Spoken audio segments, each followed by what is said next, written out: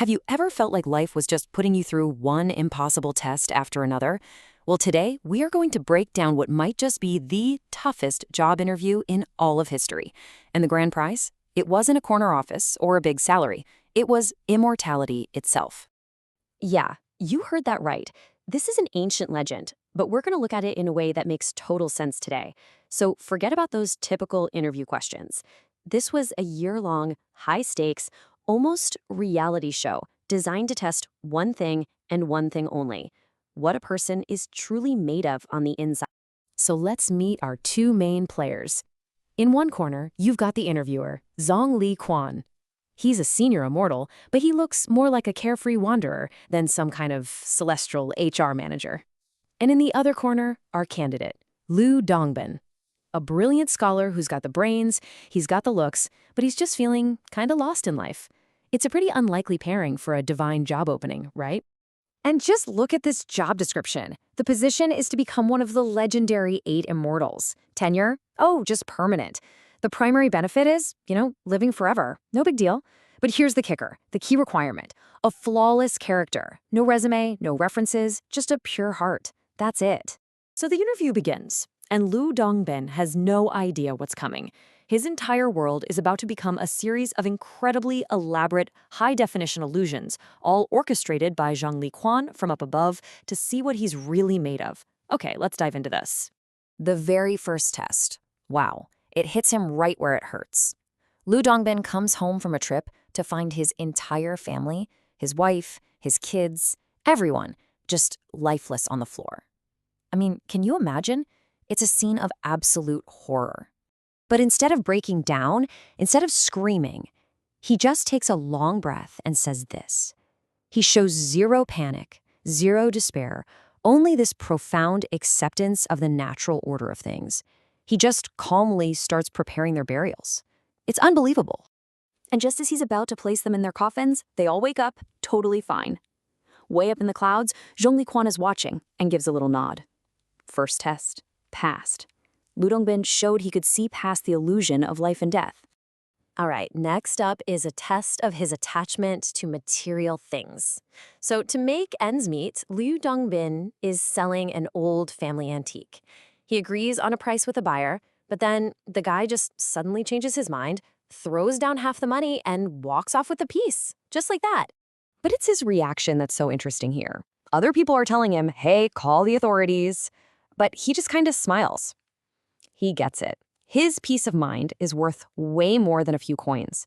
He understands that ruining your own mood is a much, much higher price to pay. And you guessed it, the verdict comes from on high. Passed.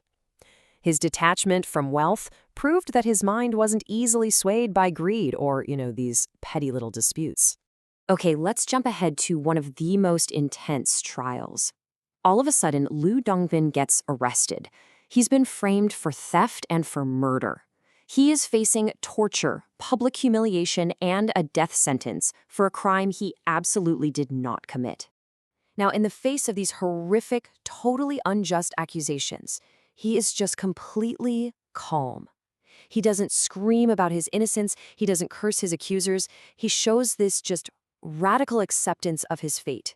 He's completely unattached to his own reputation or even his own life. And then, just moments before the sentence is carried out, the real criminal is found. Lu Dongbin is set free. And does he ask for an apology? Does he celebrate? Nope. He just dusts himself off and walks away. He passed the test by completely letting go of his ego. So how does he handle pure, primal fear? Well, while he's meditating deep in the mountains, a massive roaring tiger leaps out of the shadows, ready to pounce. Its teeth are literally inches from his neck. He opens his eyes and he looks at this beast, not with terror, but with compassion. And then he says this, offering his own body to the tiger. He doesn't see an enemy. He just sees a hungry creature acting on instinct. He accepts death without a fight. At his words, the terrifying tiger just vanishes into thin air. Of course, it was another illusion. He proved that he was free from the most fundamental instinct we all have, the fear of being destroyed. So after enduring trial after trial, testing his patience, his detachment, everything, the final challenge arrives. He's by a river during a huge storm, and a boat capsizes, throwing dozens of people into the raging water, and no one, not a single person, dares to help. And here's the crucial point. This test wasn't about what he could endure anymore. It was about what he was willing to give. All the other tests were about inaction, not getting angry, not getting greedy, not being afraid. But this one was about pure, selfless action. He was ready to give his own life to save total strangers. The moment he makes that choice, the raging river transforms into a peaceful garden. The whole reality show is over, and then Zhang Liquan descends from the sky, fan in hand, with a big smile on his face. And then Zhang Liquan explains the real point of the whole interview. It wasn't just to see if Lu Dongbin could endure hardship for himself. The final, real question was whether he was willing to take on the suffering of others. And Lu Dongbin accepts the job with this solemn vow. So for passing, he receives his signing bonus, the Heavenly Escape Sword. But hey, this is no ordinary weapon for fighting monsters. Its true purpose is to fight the enemies that live inside of us. See, the sword technique is actually a metaphor for a spiritual practice. The first cut is about chopping away all the worldly noise and distractions. The second is for slicing away our attachments to regret about the past and anxiety about the future. And the final cut? That one reveals your true, pure self, free from things like greed, anger, and ignorance. So why does this ancient story still matter so much? Because it's a perfect playbook for our own modern trials. I mean, when you're unfairly blamed by your boss at work, that's your trial of injustice. When you're totally consumed by financial stress, well, that's your trial of wealth. And that constant anxiety about what's going to happen next, that's your tiger. You see, these challenges aren't just random misfortunes. They are tests of character. They're opportunities to chop away our own noise, slice away our own attachments, and reveal something stronger underneath. So the question I want to leave you with is this. What is your immortality trial right now? And how are you going to use it to discover the hero inside yourself?